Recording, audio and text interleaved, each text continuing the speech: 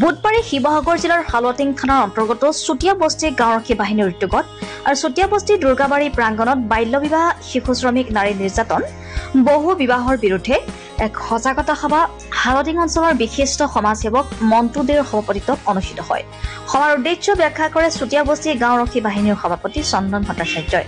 সভাত উপস্থিত থাকে হালুৱাটিং থানাৰ গাঁওৰক্ষী বাহিনীৰ চক্ৰৰ সংগঠক অবেন চন্দ্ৰ দাস, সদৌ অসম মহিলা সমিতিৰ সাধাৰণ সম্পাদিকা ইন্দ্ৰাণী ৰাজকুমাৰী, গাঁও প্ৰধান প্ৰভাত গগৈ, হালুৱাটিং গাঁওৰক্ষী বাহিনীৰ উপদেষ্টা সমিতিৰ উপসভাপতি বিজু পাল, সদস্য মিথুন পালকে আদি কৰি কেইবাজনো বিশিষ্ট ব্যক্তি।